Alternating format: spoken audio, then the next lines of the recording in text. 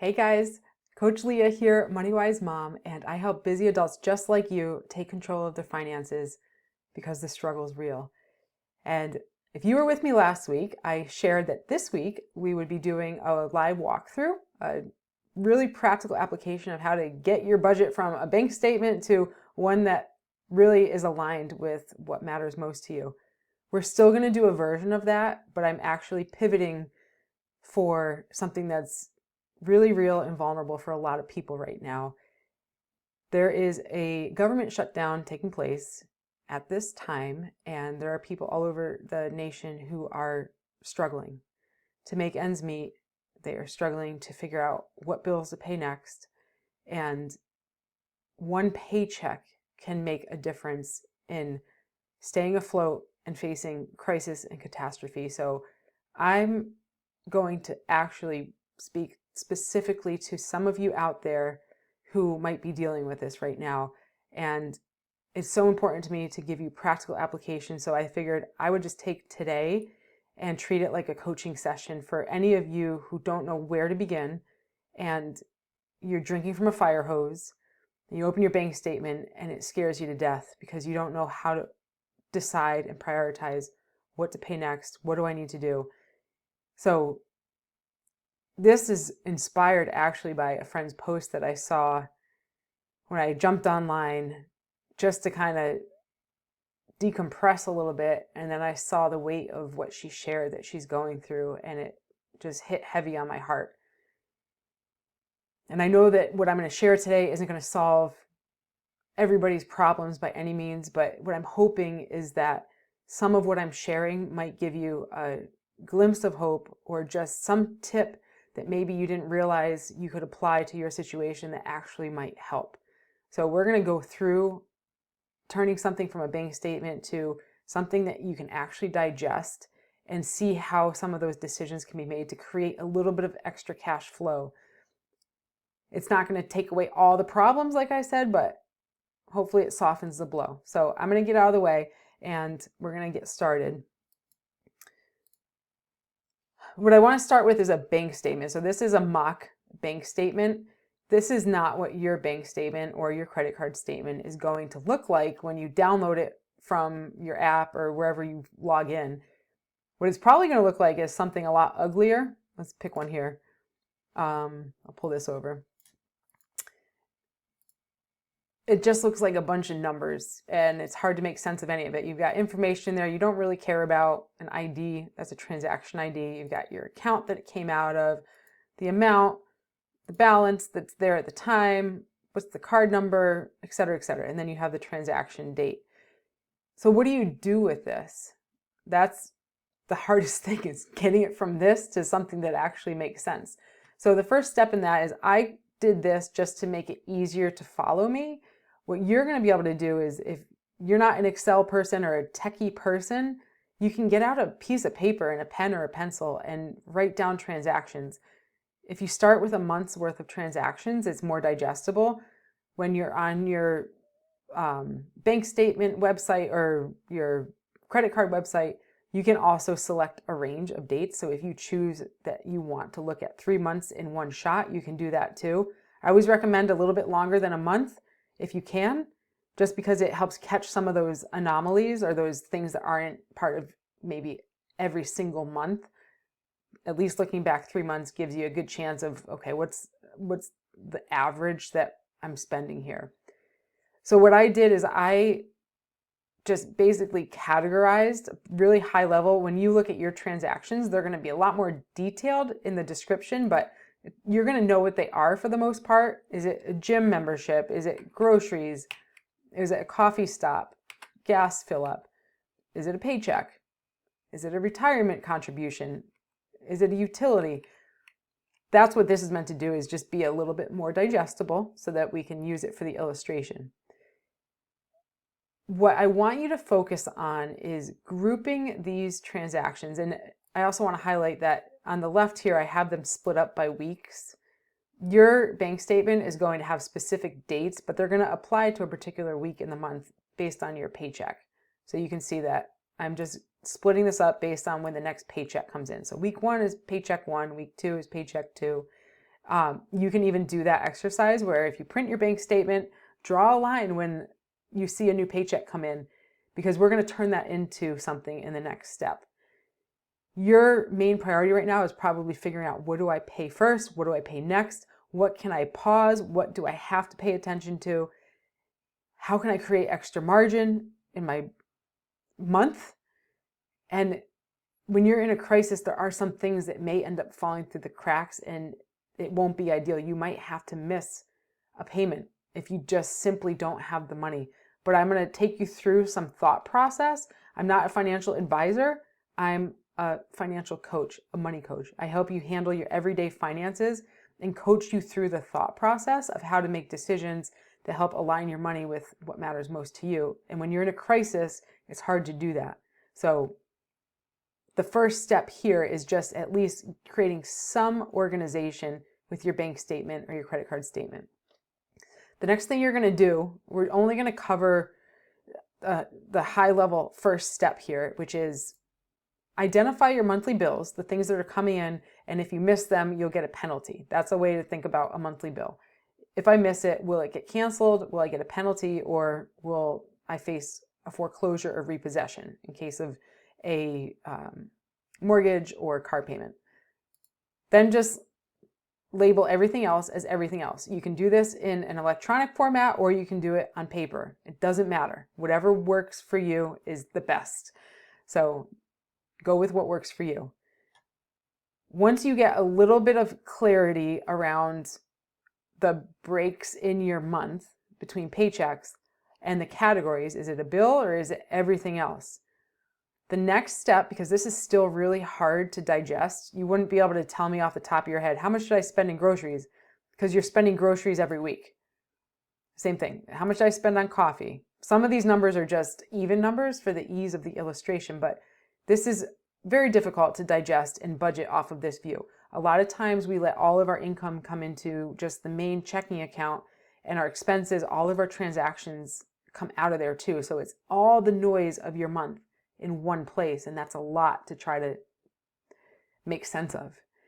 So the next step in this is you're going to turn it from a list, a single list, to columns, and you're going to split your columns up by paycheck. This doesn't have to be a long exercise, or if you're getting mentally exhausted while you're doing it, take a little break and come back to it. But you can come back to this video too and break it up to where you left off.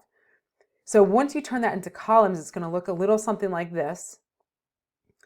The income is still up across the top.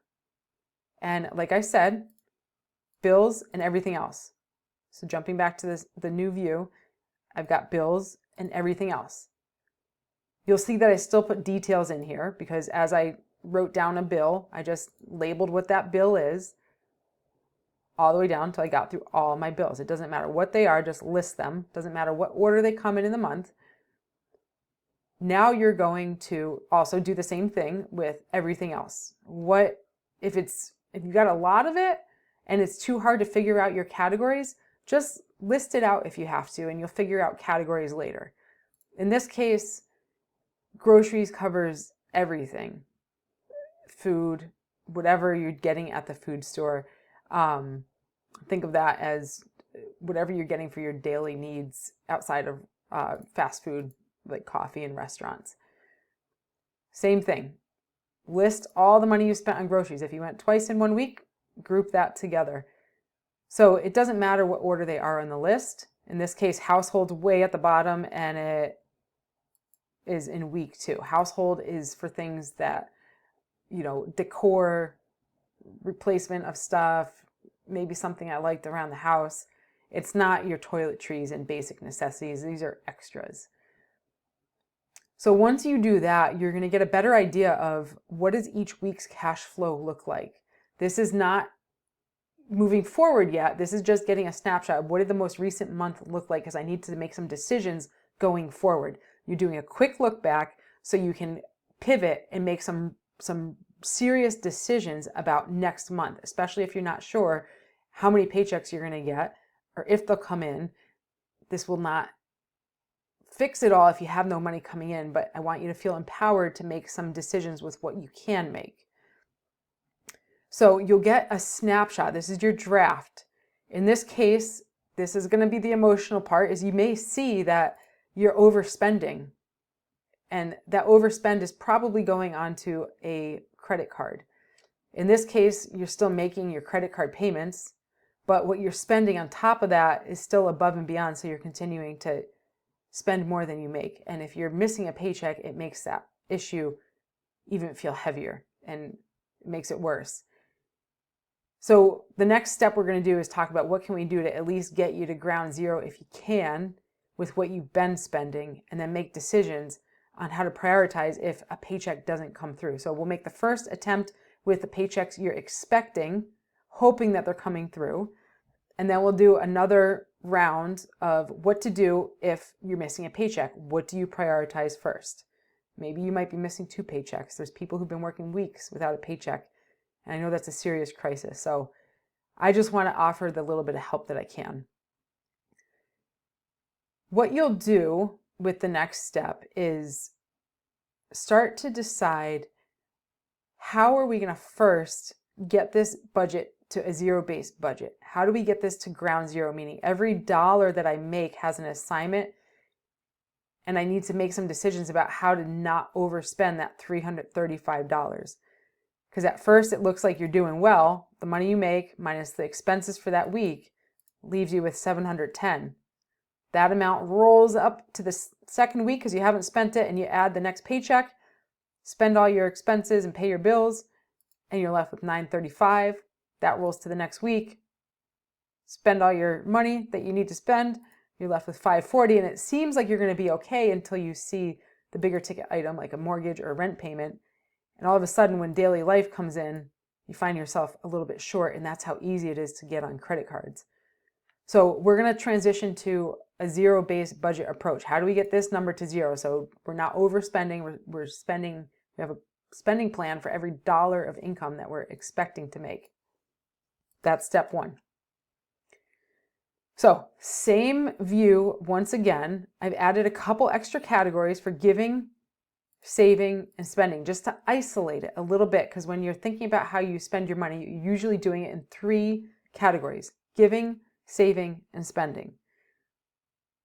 This is the beginning of prioritizing what you'll spend your paycheck on.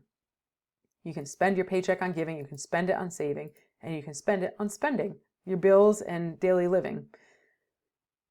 Same numbers. I'm going to go back down. $335. Nothing's changed.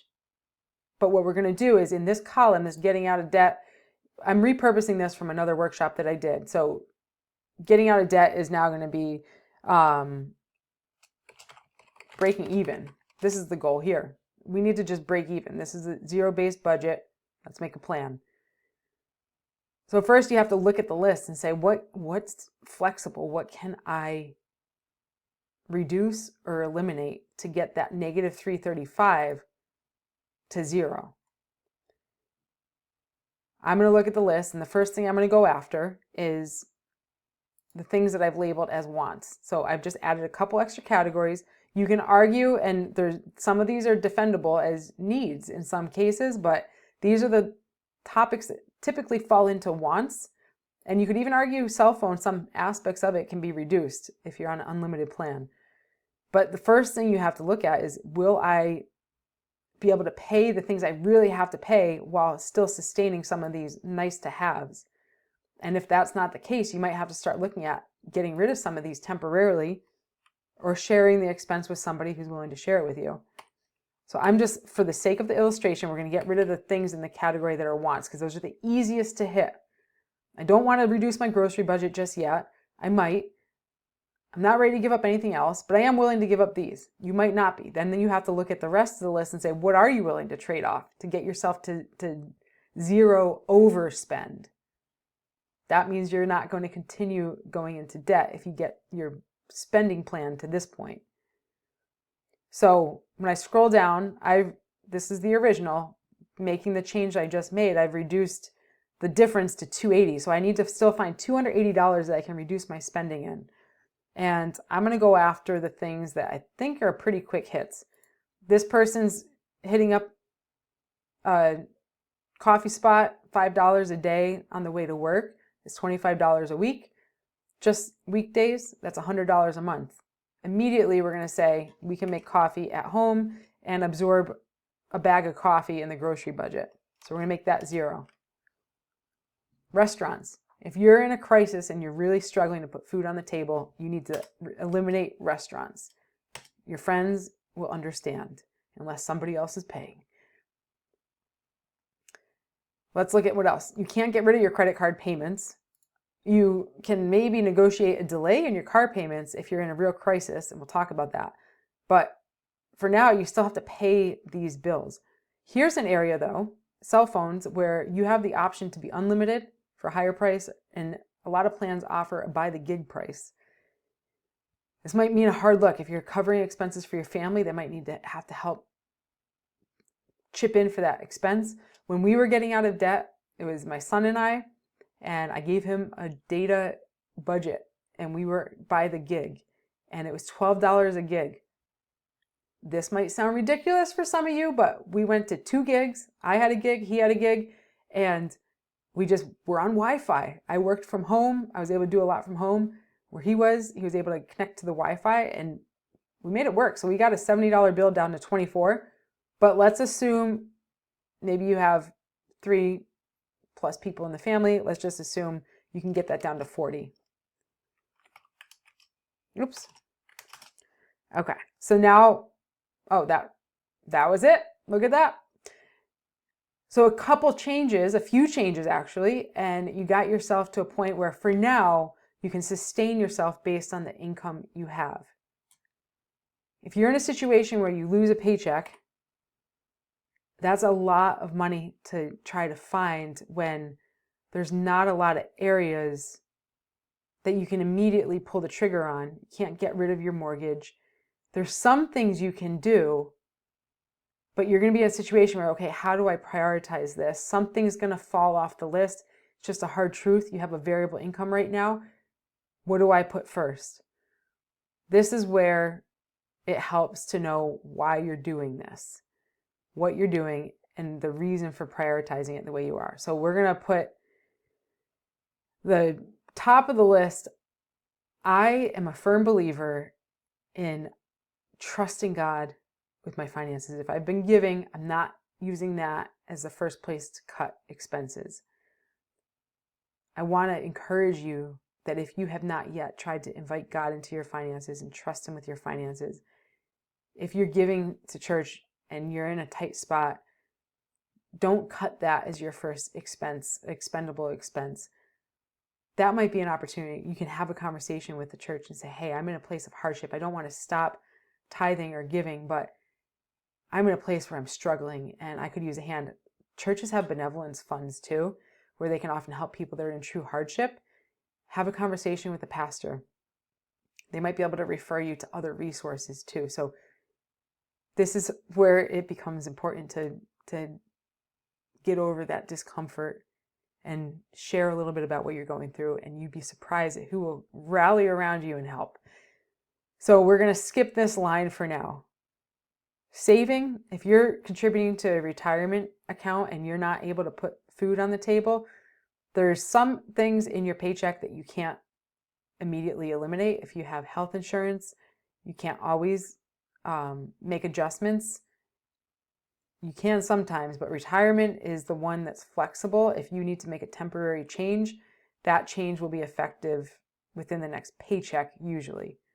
So I'm not giving financial advice. I will keep saying that. I'm telling you things that you need to look at for your own finances and consider what will work for you. But I want to enlighten you and empower you with knowledge around areas that you can look at that you might not have thought of before. So in this case, we're going to get rid of, for now, the retirement. What's next?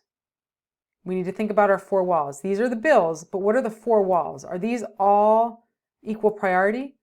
Not necessarily. The 4 walls are food, shelter, transportation, and utilities. So we'll move food up the list, but we've got shelter. I'm going to put that over here. Food, shelter, transportation, utilities. There we go. We're going to keep that in line just to see it. So we've got one of those here. That's our shelter. We'll put an X next to that. So I'm going to keep that at the top. What else can I pull up to the top here? Utilities. Let's pull utilities. I've got electric, heat, water, sewer. I'm going to cut that and actually move that up the list. This is what you do when you have a variable income. You put the things at the top of the list that have to come first, and then you work your way down the list till you don't have money, and build a relationship with the people that you're not able to pay. If you're not able to pay a credit card, call them up and say, hey, I'm suffering from this government shutdown. I'm going to do the best I can. But right now, I need to make sure I'm paying for the roof over my head and keeping the utilities on and putting food on the table for my family, things like that. I need to be able to get to work to maintain my employment status, whatever that situation is. Everything else, if you want to put your home insurance up here, car insurance, so you're not at risk, you can call your agent, say, are there any better packages you can get me? They can relook at your plan. You tell them what you're trying to do. You don't want to compromise yourself critically by underinsuring yourself, because that could turn into another ripple effect. Murphy's Law shows up, you don't have the money to cover your insurance, and you get in an accident, then you've got a whole nother set of problems. So if you can hang on to your insurance, just look at another carrier maybe, or if you're working with a broker, ask them to revisit it, or work with a new broker. Well, we just switched brokers because the person that I was working with before said they found the best price. I have a broker in my networking group, and she found a way for almost exact same coverage, and we're saving like $800 a year. So don't be afraid to ask around. These things, you need to think about where these fall. I'm just going to put these up on the list. These are not full utilities. Internet, you might be able to ask for a promotional rate. Cell phones, like I said, we dropped that a little bit. Credit card payments. If you're not able to, if you've looked at everything else that you can eliminate, I'm going to go eliminate these before I eliminate a credit card payment. So let's do that right now.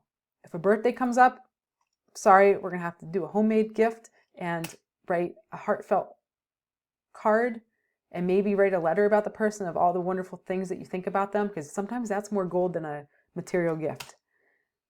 Day trips, if the friends are asking us out, we're not going out right now. Say, hey, you can come over, let's hang out and get to know each other more in my living room, but I just don't have the money to go out right now. And you tell them, I would love to, it's just not possible for me right now. Household, these are things for decorative, nice to haves, not toiletries. I think I might have said that before, but we're going to get rid of that for now. We're going to make do with what we have. Let's go back up here now. Although you can't necessarily get rid of credit cards and car payments, what you can do is call. If you are in a serious hardship, you can call your lender and say, I'm in a place of hardship because I don't have any income coming in. This is a national issue that we're dealing with right now. A lot of times I've worked with clients where they can show that they're in hardship, and we've worked out with the lenders 1 month to 3 month pauses, and even more, 6 months at one point, where they say, we will let you pick it up in 6 months. I would say 1 to 3 is the best you should shoot for. Doesn't change your payment. It delays your payoff time. They might charge interest at the time, but you're at least buying breathing room. Imagine if you could find $520 instantly by saying, can you freeze my payments? Ask them and be diligent. If they say no, ask to speak to a manager. Say, I need to explain my situation. Ask 3 times if you have to, but don't just take no for an answer the first time. We're going to hang on to the credit card payment for a minute. Let's go back down the list. Is there anything else we can do to free up cash? Groceries is part of the 4 walls. That's food, right? What can I do to create more margin? Possibly, if I'm looking at what I'm spending my money on, if you're buying things that are pre-packaged or pre-prepped, that's a really fast way to create more margin in your grocery budget, so you can either free some up or stick with your budget. If you're buying like pre-sliced apples in little packages, those are going to cost a lot more than a bag of apples that you just push that cutter on and slice it yourself. Same thing with veggies. If you're doing pre-packaged popcorn or chips or any of those snacky type things, it's going to cost you a lot more to get them in smaller individual serving sizes than go grab that gigantic bag of popcorn, go to the dollar store, get baggies, and bag them as you go. It's a little extra time, but it's going to far outweigh the money that you're saving. So you can find ways to squeeze extra cash out of there.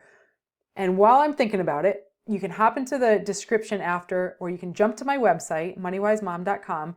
I have a freebie that it's a SPONGE acronym, and it tells you all these ways that you can find extra cash hidden in what you're already spending by splitting it up, reducing, eliminating things altogether. But it gives you a one pager. You can print it out, keep it with you, put it in your wallet or your purse or in your car, and start to get a little bit creative because there might be some hidden opportunity there.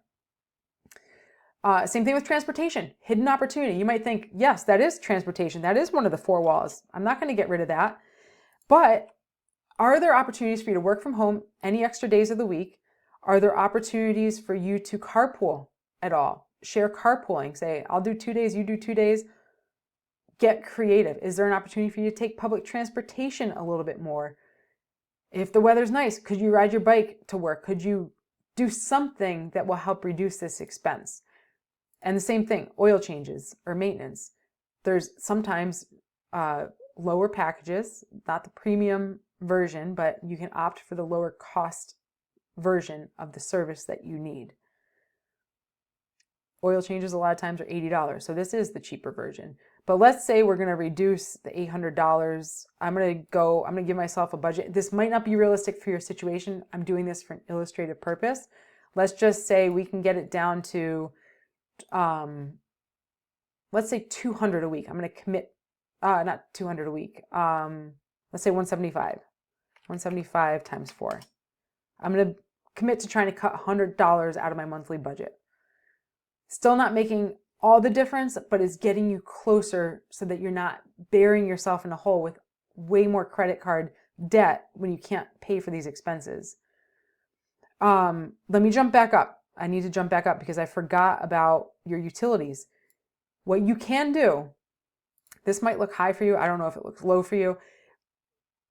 A lot of times people don't realize you can get on a budget plan, and that's not the assistance. It's literally they will take the average of your last year and give you a monthly bill for the same amount for a year. They'll revisit it at the end of the year. This is great. We're going into the fall right now where I live. The heating expense, we already turned on our heat. We get the budget plan ourselves, and it helps spread things out. So instead of having a big spike and then almost no expense when you're not using it as much, you're just spreading it out. And that could create an instant savings in the times where your bill might be higher. If you're in Florida and the weather gets really hot in the summer, that's when you might see your spike more than the winter. So it depends on where you live and the season, but this is a great tip that a lot of people don't know. They can just simply call up, and it's effective essentially immediately at the next bill. I think that covers the things that I picked up on where you can find hidden savings. This is a pretty slim budget, but when you don't have money coming in, you're having to make sacrifices. Let's go down to personal, $120 a month. This could include basic clothing. If you do just kind of have a slim wardrobe and you really need something, you're going to have to try to make this stretch. If you're getting your nails done, getting nice to haves done, getting your hair done. This is the area that I struggle with because I do get grays. I get my hair done, and I tried a box thing once and my hair turned orange. So I'm not trying to seem vain at all. I'm just saying that that's an area where if I absolutely had to, I would, if it was between putting food on the table and getting my hair done, I'd have to think about it. If I know people bite their nails, there's reasons just aesthetically wise why you might get nails if you have bad nail problems. But when you're making these trade-offs and you're going into debt and you're spending $60 or $70, however much it is, on these little bit nice to haves within your personal budget, you need to take a hard look at what do you absolutely need to do. We are in a season where when we shifted out of from 2 jobs to 1 job, shifting to really having a frugal personal budget. We wanted to do that because we're like, yeah, we're not that high maintenance. So we don't mind having, a slower rotation of new clothes because we have plenty. Things like that. So think about where you can get creative, get thrifty, go thrift shopping, trade clothes with some girlfriends or guy friends, wherever. Get creative in this line item if you can. You might be facing not being able to put kids in sports for a season. It's devastating, I know, and it's not easy to make some of these trade-offs, but there are areas where you have to, this is where you decide what is more important. At the end of the day, you're dealing with the money coming in. And if you don't have it coming in, you're going into debt. And it's not that you can eliminate all debt in a crisis like this, but you're trying to stop the bleed, to minimize the damage and minimize the blow that you'll be dealing with in the aftermath once the paychecks start coming back in and you get on a better rhythm again. So with that exercise, you're able to get some of that blow softened, and you're still in a place where there's a deficit. Doesn't solve everything. This is where now you have to consider, am I able to pay some of these expenses? There's $750 with a credit card payment and a car payment right there. That's what's causing this. It's causing more than this. Almost $100 over your deficit is because of the existing debt. I'm not insensitive to the fact that you can't just make this disappear. It takes work. I'm going to come back on with another session and we're going to talk about what that sequencing looks like. Like, how do you get it from crisis to manageable to a plan that shows you getting out of debt, turning it into a debt snowball, and then thriving later. But right now, I just felt compelled to share some really practical tips on how to make some decisions in a crisis. Remember, food, shelter, transportation, utilities. Make the phone calls, tell people what's going on, your lenders or your debtors or your bill pay companies, and ask if they can do something to give you a freeze or a grace period, and see if they'll work with you. You don't know if you don't ask, and a no will not kill you. It might hurt our pride a little bit when we have to call. I remember being very angry with some credit card companies when I asked if they'd compromise with me, and the answer was sometimes no, sometimes yes. You can also call your credit card company and ask if they'll consider reducing your interest rate, or see if you can find a credit card company where if you can afford to pay the minimum on everything else and get a 0% temporarily just to soften the blow. That's not a debt snowball. We'll get into that, but sometimes those are the short-term trigger pulls you have to do to get scrappy. I'm all about getting scrappy. This isn't a cookie cutter thing called life. And sometimes it's a little bumpy while you're getting on the road to smoothing it all out, or the road to recovery, the road to financial freedom. But I hope you find this helpful. If you'd like to drop in the comments an area if you're struggling, I would love to help you. I'd love to get on here and share a video. And you can jump on my website too. There's a contact me button. You can reach out to me privately. I'd love to hear from you also. If you like this content or think somebody else would appreciate it or benefit from it, please share it. Please subscribe. That helps me out too. You can hit that little bell and get the reminders. I try to post weekly. Right now I've been doing Saturdays. Somewhere between Fridays and Saturdays is where you'll see me, and occasionally a bonus, but I'm so thankful to have you here. This is a community where we are coming alongside each other to help each other take the stigma away from talking about finances, and take the stigma away about admitting that there are hard times that we're all going through. It's not a secret, but the world makes us feel like we have to keep it a secret. So feel free to get vulnerable here with me. I want to tell you, you can jump on my About page and see some of the mess that I made out of my finances. So I am not immune to this, and I've been through it, been through a lot of struggle. So I very much relate, and I'm here to pay it forward. I appreciate you guys hanging on for this video, and I'll see you next week. All right? Bye for now.